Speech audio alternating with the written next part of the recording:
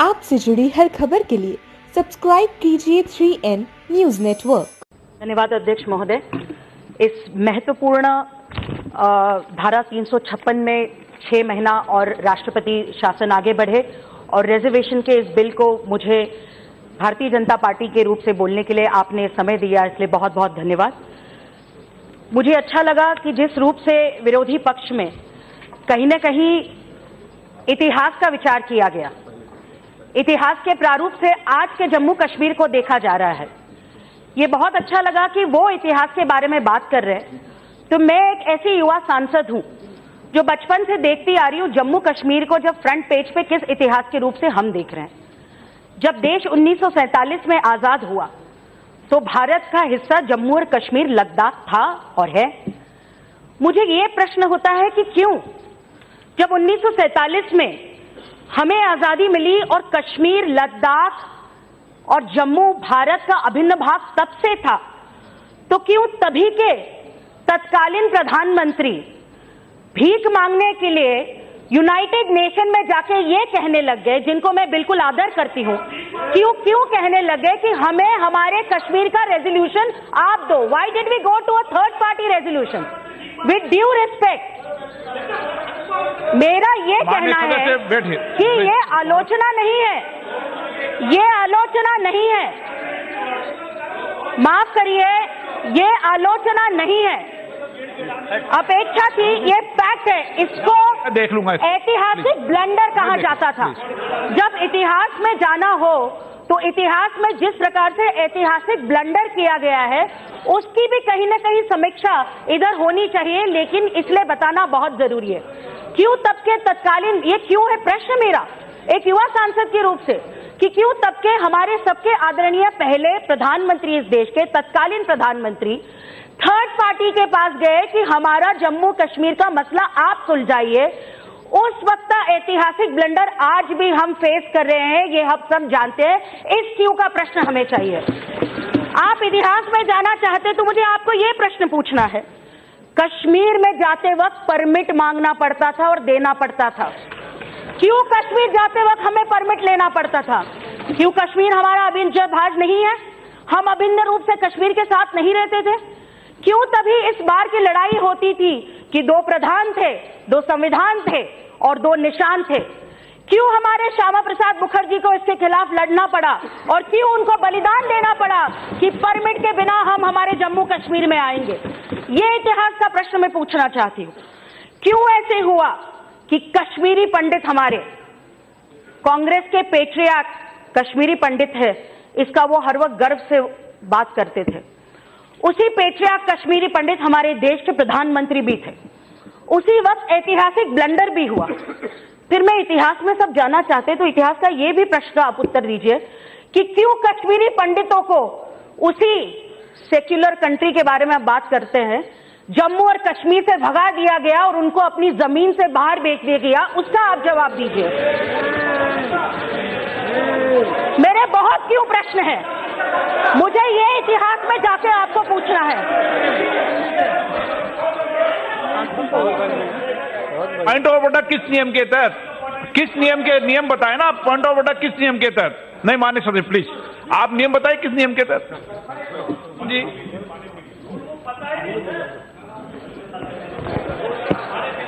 Sir, इतिहास के रूप से ये क्यों प्रश्न के उत्तर भी आप हमें दे दीजिए। जब कश्मीरी पंडितों को कांग्रेस से, मैं कहती हूं पेट्रियार्क इसलिए पूछती हूं कि कश्मीरी पंडिताई पे बहुत सारी चीजें लिखी गई, वही हमारे कश्मीरी पंडित आज मेरे चुनाव क्षेत्र बांद्रा में अभी भी बेचारे विस्थापित होकर रह रहे हैं और मुझे ये पूछते हैं कि मैं अपने घर कब जाऊंगा। लेकिन हाँ, आज मोदी सरकार आई है तो कश्मीरी पंडितों का सम्मान हो रहा है और वो वापस जाने की तैयारी में है। मेरा ये भी सवाल है, इतिहास में आप जा रहे हो, क्यों आप हमें, जब आपकी सरकार थी तभी तिरंगा हमारा लाल चौक में क्यों फहराने आप देते नहीं थे? इस सवाल का मुझे जवाब दीजिए। क्यों हमारे जवान आपकी राजनीति की वजह से, आप तो 90 के बाद का समय बता रहे हो, उसके पहले का तो समय आपका था, क्यों हमारे जवानों के परिवार ये सोचते कि बॉर्डर पे मेरे जवान, मेरा भाई, मेरा पति वहां पे खड़ा है, कश्मीर के हालात खराब है, कब उसकी पीड़ा कम होगी कि कश्मीर अच्छा रहेगा, कश्मीर खुशहाल रहेगा और जवानों के परिवार को विचार करने की जरूरत नहीं पड़ेगी कि क्या मेरे परिवार वहां पे ठीक है कि नहीं। मेरे बहुत सारे ऐसे प्रश्न हैं आपसे, इतिहास में आप जानना चाहते हैं क्यों कश्मीरी युवा इस देश से अलग होना चाहते हैं, क्योंकि आपकी इस तुष्टीकरण की राजनीति की वजह से कश्मीरी युवा देश की धारा में आना चाहता है तो भी वो आ नहीं सकता। इस क्यों का आप इतिहास मुझे जवाब दीजिए।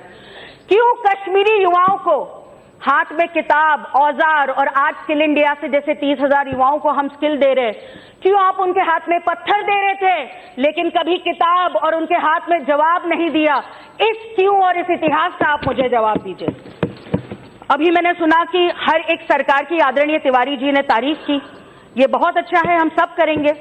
उन्होंने हर उनकी सरकार के बारे में आदरणीय इंदिरा गांधी जी, आदरणीय राजीव गांधी जी का नाम लिया, अटल बिहारी वाजपेयी जी का नाम लिया, डॉक्टर मनमोहन सिंह जी का नाम लिया, लेकिन उन्होंने कहा 1991 में जो सरकार थी उस सरकार ने अच्छा काम किया। तो उस सरकार के प्रधानमंत्री भी आपके थे, आप उनका नाम भूल गए थे क्या, या ये नाम क्यों आप ले नहीं सकते कि इस रूप से राजनीति यहां पे तैयार हो रही है। इस क्यों के जब प्रश्न निर्माण होते हैं तो मुझे एक ही मूल मंत्र देता है जो आदरणीय तिवारी जी ने भी हमें दिया। उन्होंने भी हमारे सारे सबके प्यारे प्रधानमंत्री स्वर्गीय श्री अटल बिहारी वाजपेयी जी का मूल मंत्र हमें बताया, इंसानियत, जमहूरियत और कश्मीरियत। ये बोलने के लिए क्यों 60 साल हमें रुकना पड़ा, इस क्यों का जवाब मैं कांग्रेस पार्टी को पूछना चाहती हूं। मुझे याद है 1992 में लाल चौक में तिरंगा फहराया था एकता यात्रा में। एक उस पर कहानी थी, एक अखबार में मैं पढ़ रही थी, एक मोहम्मद अशरफ आजाद बुधगांव के 20 साल का जवान तभी 1992 में लाल चौक में गया देखने के लिए कि कैसे कोई देश का झंडा वहां पे लहरा सकता है, और फक्र से उसने अपना सल्यूट वहां पे दिया। और उसने तभी कहा कि मैं भाजपाई को वहां पे देख के मैं अचंभित हो गया कि यहाँ पे आजू बाजू रास्ते पे टेररिस्ट घूम रहे हैं, लेकिन कश्मीर का झंडा भाजपाइयों ने वहां पे किया और मैंने सल्यूट किया। और उस झंडा वहां पे लहराने के लिए उस एकता यात्रा में हमारे के अभी प्रधानमंत्री और तभी के भारतीय जनता पार्टी के राष्ट्रीय संगठन मंत्री आदरणीय नरेंद्र मोदी जी ने वहां पे झंडा लहराया था। ये क्यों का जवाब मैं चाहती हूं। ये विचारधारा है हमारी, इसी विचारधारा को हमें लेके जाना है। भारत का शीर्ष है कश्मीर, उसको हमें झुकने नहीं देना है और उसको झुकने नहीं देने के लिए हम कार्यरत रहते हैं। मैं ये बोलना चाहती हूं कि जब 1992 में झंडा फहराया और 2015 की सरकार के बारे में यहाँ पे बहुत टिप्पणियां हुई, उस टिप्पणी में प्रधानमंत्री ने 2015 में जब कश्मीर को, जम्मू और कश्मीर को 80,000 करोड़ का पैकेज दिया, तभी प्रधानमंत्री ने बहुत अच्छे रूप से अपनी आवाम को, वहां की जनता को ये कहा कि दिल्ली का खजाना आप सबके लिए है। अपनी जम्मू कश्मीर की जनता के लिए कहा, दिल्ली का खजाना आप सबके लिए है, लेकिन दिल्ली का दिल भी आपके लिए मैं हाजिर लेके आया हूं। इस प्रकार से दिल से जोड़ने की राजनीति एनडीए के सरकारों ने की है। मुझे सौभाग्य इसका मतलब मिलता है कि जिस दिल की जोड़ने की राजनीति और जिस प्रकार की प्रक्रिया हमने शुरू की एनडीए के सरकार में 2014 से लेकर 2019 तक एनडीए सरकार ने ये कायम रखी। जीएसटी काउंसिल में जम्मू और कश्मीर को लेना, इस बिल के पहले इसलिए ऑर्डिनेंस लाना क्योंकि हम सबको साथ में लेके काम करें। उड़ान योजना से जिन युवाओं के बारे यहाँ पे बात होती है कि वो देश से अलग है, नहीं भाई साहब, मैं खुद जम्मू कश्मीर बहुत बार जाके आई हूँ, युवा मोर्चा की अध्यक्षा के रूप से मैं सबसे मिली हुई हूँ।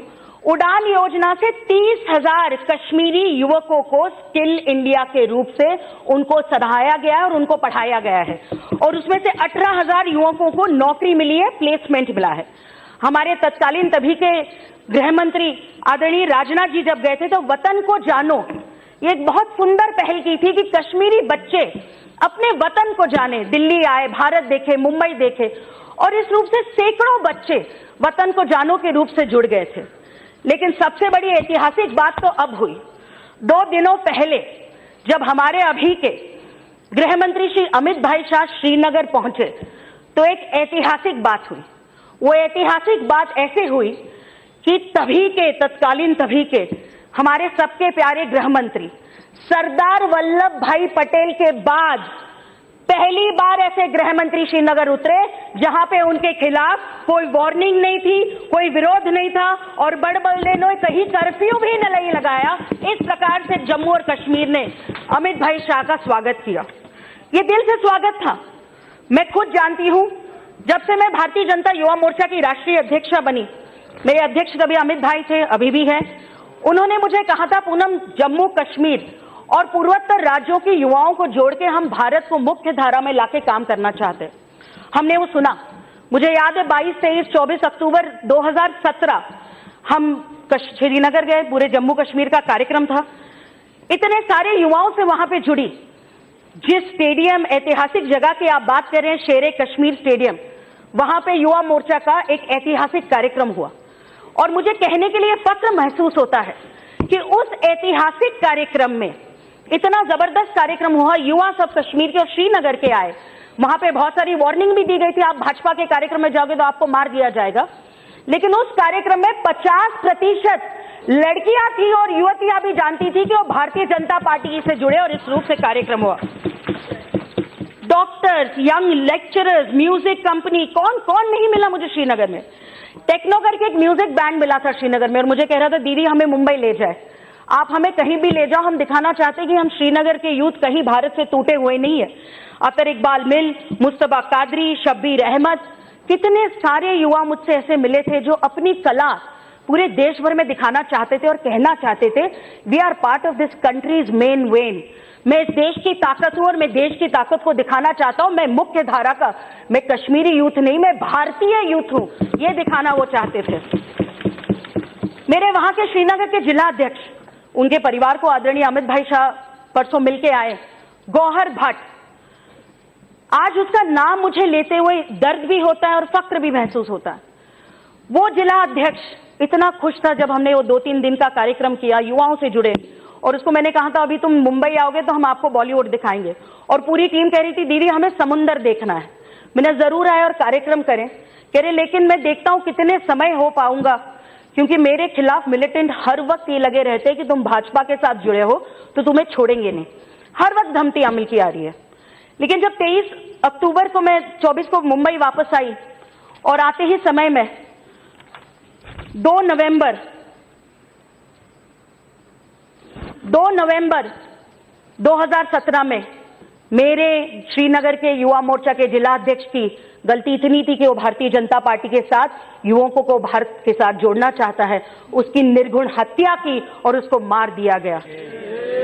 ये गौहर भट्ट का विषय जब मैंने उठाया तो कांग्रेस ने मेरा विरोध किया था पिछले वक्त। मुझे याद है, क्योंकि मैंने एक ही सवाल पूछा था कि क्यों पाकिस्तानी काउंसलेट में जाके अपने देश के प्रधानमंत्री के खिलाफ कोई नेता ऐसे वक्तव्य करते हैं, लेकिन गौहर भट्ट जब मारा जाता है तो कोई इसके खिलाफ उसके बारे में कुछ कहता नहीं।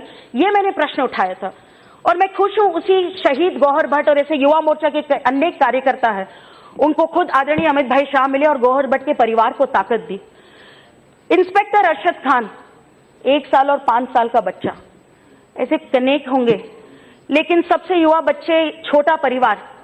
जब प्रधानमंत्री ने कहा था कि हमारा ये ताकत है जम्मू और कश्मीर, और आदरणीय गृह मंत्री अमित शाह जी उनके जब घर गए तो उन्होंने इतना ही कहा कि तुम्हारा नहीं, हम सबका बेटा है और आपके बेटे अरशद खान पे पूरे देश को फक्र है।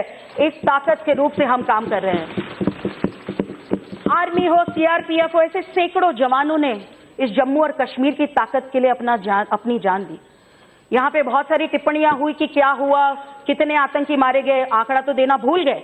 लेकिन हम ये कहना चाहते हैं, नो टॉलरेंस अगेंस्ट टेररिज्म, ये हर वक्त एनडीए का हर वक्त मूल स्वभाव है, रहेगा और रहते रहेगा। इस रूप से काम करते आ रहे हैं। ये बिल दोनों रूप से है। क्यों हम चाहते हैं कि ये ऑर्डिनेंस से 6 महीना हम आगे इसको बढ़ाए। हाँ, प्रधानमंत्री ने खुद ही कहा था कि ये जब सरकार हुई तो पानी और तेल साथ में रहा, लेकिन हमने ये कोशिश की थी कि democracy which you are fighting for and which we always fight for, इस लोकतंत्र को मजबूत रखने के लिए एक सरकार होना बहुत जरूरी है। और वो देश के विचारों की सरकार हो, साथ में मिलने की सरकार हो, काम करने की सरकार हो। हाँ, उस सरकार का काम नहीं हुआ, कुछ कारणों के रूप से, डेमोक्रेटिक रूप से, लोकशाही के रूप से, लोकतंत्र के रूप से सरकार साथ में नहीं रही, लेकिन राष्ट्रीय रूप से गवर्नमेंट ऑफ इंडिया का काम सदैव चलता रहा। आप आज भी देखेंगे गवर्नर की वेबसाइट में भी, जब से प्रेसिडेंट रूल आया हुआ है, युवाओं से संबंध रखना, जनता से संबंध रखना। आज ये ऑर्डिनेंस के रूप से हमारे 350 गांव में 3 लाख लोगों को फायदा होने के लिए बिल लाना। ये रिजर्वेशन बिल भी क्या है? ये रिजर्वेशन बिल उसके लिए है कि बॉर्डर के पास रहने वाले हमारे जो गांव कर्मी रहते हैं, रजौरी, बिश्नाह, छम, बिलावर, ये सब जम्मू रीजन के लोग हैं। मैं वहां जहां आई हूं, कुछ कुछ जगहों पे हम लोगों से मिले, युवा मोर्चा काम करता था। इन सब लोगों को, जैसे आदरणीय गृह मंत्री जी ने कहा कि बमबार्डिंग पाकिस्तान की हर वक्त चलती रहती है। घर में माँ ये सोचती बच्चा मेरा पढ़ेगा कैसे, यहाँ पे मैं कैसे रह पाऊं, लेकिन वो माँ ये सोचती भी है और बोलती भी है कितनी भी तकलीफ हो मैं भारत में ही रहूंगी और भारत के लिए ही लड़ूंगी और उसकी नागरिक रहूंगी। और उस नागरिक का सम्मान सालों साल आप लोगों ने दूर रखा। जो नागरिक रोज बमबारी देख रहा था, जो नागरिक हर वक्त अपने बच्चों के भविष्य के लिए बहुत चिंता में था, वो माँ चिंता में थी। उस माँ के लिए इतने साल कभी ऑपोजिशन में सोचा नहीं, वो सिर्फ लाइन ऑफ कंट्रोल की राजनीति करते गए कि कहां पे मेरा वोट है और कहां पे उनका वोट है। लेकिन आज ये कहा जाता है ना, राजनीति के परे हम उठे। यही वो बिल है कि राजनीति के परे उठ के सारे युवाओं को साथ मिला के मुख्य धारा में हमें लाना है। यही राजनीति के परे उठ के जिस आपने इंसानियत, जमहूरियत, कश्मीरियत की मूल मंत्र आदरणीय प्रधानमंत्री जी ने, अटल बिहारी वाजपेयी जी ने लिया, उसी मूल मंत्र के साथ आदरणीय प्रधानमंत्री नरेंद्र मोदी जी ने यही कहा कि ये मूल मंत्र लेके मैं अपना दिल कश्मीरी जनता को देना चाहता हूं। हर एक दिवाली कश्मीर में हुई, पहली बार जो भी कुछ हुआ कश्मीर के लिए हुआ। जम्मू कश्मीर लद्दाख के युवकों के लिए हर वक्त और ज्यादा अच्छा रूप से सोचने की कोशिश की। इस जम्मू और कश्मीर के हर युवाओं को अपने नस नस में रखा। इस देश को आगे बढ़ाने के लिए जो अब आर्थिक जनसत्ता होने की ताकत में है, आज हम इमर्जिंग इकोनॉमी में 5वें नंबर पे है, 10-11 से लेके 5वें नंबर पे। उसमें कोई एक प्रदेश, एक जात, एक विभाग नहीं साथ में आके देश को आगे बढ़ाएगा। वो पूरा देश जब आके आएगा, पूरा साथ में इकट्ठे मिलके रहेगा, तो ही हम आगे बढ़ेंगे। इसी विचारधारा को लेके हम सब साथ में आगे बढ़ रहे हैं। आप जानते हैं कि जिस रूप से हम लोकतंत्र, सब लोकतंत्र जम्मू और कश्मीर में चाहते हैं, वो अब तक तैयार नहीं हो रहा है। ये बेसवालिया निशान खड़ा होता है और खुद इलेक्शन कमीशन ऑफ इंडिया कह रही है, जो खुद स्वायत्त रूप से अपना काम करती है, कि नहीं अभी चुनाव हो नहीं सकते, कुछ समय के बाद चुनाव हो सकते हैं। आप जानते हैं आपने जिनके साथ सरकार रखी, हमने किसके साथ सरकार रखी, हर कोई उन चुनाव के विरोध में जा रहा है। मुझे दुख इस बात का है कि 2014 में आप जो सरकार छोड़ के गए, आप कह रहे, उसके बाद क्या स्थिति हुई, उसके बाद स्थिति पर आप अपने पार्टी की देखिए कि आपका जम्मू और कश्मीर में कितना वोट शेयर रह गया। आज भारतीय जनता पार्टी का 8% से 2002 से लेके 2019 में 48% वोट शेयर हो गया है। तो ये किस रूप से आप बात कर रहे हैं? क्योंकि जनता, वोट शेयर क्या होता है? वोट शेयर तो कोई पार्टी नहीं तय करती, वोट शेयर जनता तय करती है। जनता चाहती थी कि भारतीय जनता पार्टी की सरकार हो।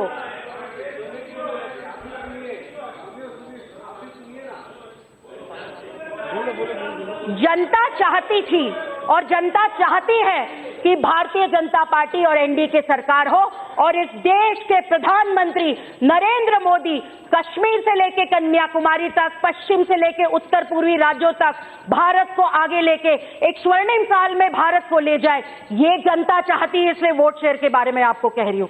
आप जरा गिनिए हर जगह का वोट शेयर। मैं सिर्फ कश्मीर का आपका नहीं देखना चाहती, पूरे देश भर में आप कांग्रेस का वोट शेयर देखिए, फिर सवालिया निशान खड़ा करिए कि आपने किया क्या था। आप जनता के इंटेलेक्ट का सवाल पूछ रहे हैं। आप ये कह रहे हैं कि वहां पे सरकार भाजपा की क्यों है, जम्मू और कश्मीर में भाजपा को इतना प्रतिशत वोट क्यों मिला है? अरे बाबा, देश की जनता ने तय कर लिया, आप उनको रोक नहीं पाओगे। देश की जनता ने तय कर लिया है कि कश्मीर इस देश का अभिन्न भाग था, है और रहेगा, और इसको आगे आदरणीय प्रधानमंत्री नरेंद्र मोदी ले जाएंगे। और इस स्वर्णिम काल में कश्मीर का युवा भी जिस देश के युवा के इस पूरी मुख्य धारा में जुड़ेगा। मैं इतना ही कहना चाहती हूँ आदरणीय अध्यक्ष जी, मैं 2 मिनट में अपना वाणी को विराम देती हूँ। जिस प्रकार से no tolerance against terrorism, still lot of love towards our people in Kashmir, ये कह रहे हैं कश्मीर की जनता टूटेगी हमारे साथ। ये दुख की बात है कि एक राजनीतिक दल के सबसे महत्वपूर्ण राजनीतिक नेता कह रहे हमारी जनता हमसे टूटेगी। ये it's a shame on thinking about our own Indian citizens that they want to be away from India. इसके विरोध में हमने ये दिखाना चाहिए कि किस रूप से देश की जनता उभर रही है। अंत में मैं इतना ही कहना चाहती हूँ, जिस जम्मू कश्मीर के लिए इतने लोगों ने बलिदान दिया, जिस जम्मू कश्मीर के लिए श्यामा प्रसाद मुखर्जी ने बलिदान दिया, आर्मी ने दिया, बहुत सारे हमारे भारतीय जनता पार्टी और सब लोगों ने बलिदान दिया, आज उस जम्मू कश्मीर की ताकत का सवाल है। अंत में मैं इतना ही कहूंगी कि जम्मू कश्मीर को, और कश्मीर को तो हम जन्नत कहते थे। मैं पिछले भी भाषण में अमीर खुसरो जी की वो बात याद करती हूँ कि गर फिरदौस बर रुए जमीनस्त हमिनस्तो हमिनस्तो हमिनस्तो, जहां कोई जन्नत इस पृथ्वी तल पे है तो कश्मीर में है, यही है, यही है, यही है।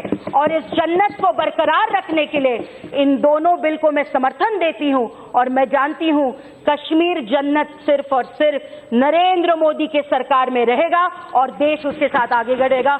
बहुत बहुत धन्यवाद। भारत माता की जय।